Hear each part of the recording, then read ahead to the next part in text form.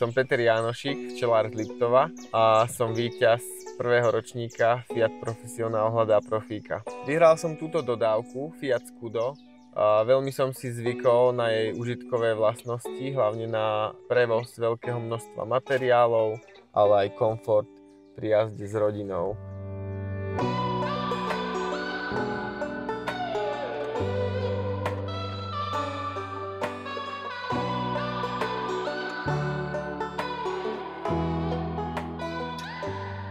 Teraz prichádza jar, tu na horách, na kopcoch máme stále ešte sneh, ale tie prvé prehliadky musíme zistiť, že či včielky prezimovali a ako, a hlavne musíme zistiť, že či majú ešte dostatok zásob, to je pre ne najpodstatnejšie. Ak už sú na konci so zásobami, musíme im niečo pridať, ak sú zase rozbehnuté, silnejší majú zásob moc, tak im ich zoberieme, popridáme nejaké medzistienky, stavebné rámiky, poprípade medníky silným včelám.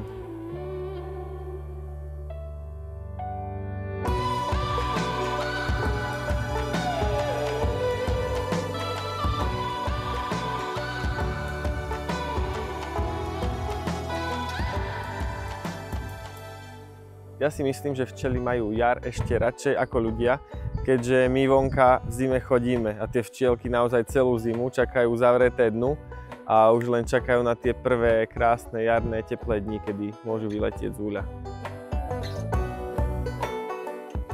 Fiat Scudo mám už takmer rok, vstupujem v podstate do druhej sezóny s ním a veľmi som sa s ním zžil. Naozaj ten komfort je tam ako v osobnom aute, cúvacia kamera, mám tam navigáciu a hlavne pre mňa najviac je tam ten komfort na dlhé vzdialenosti, proste v užitkovom aute sa super jazdí.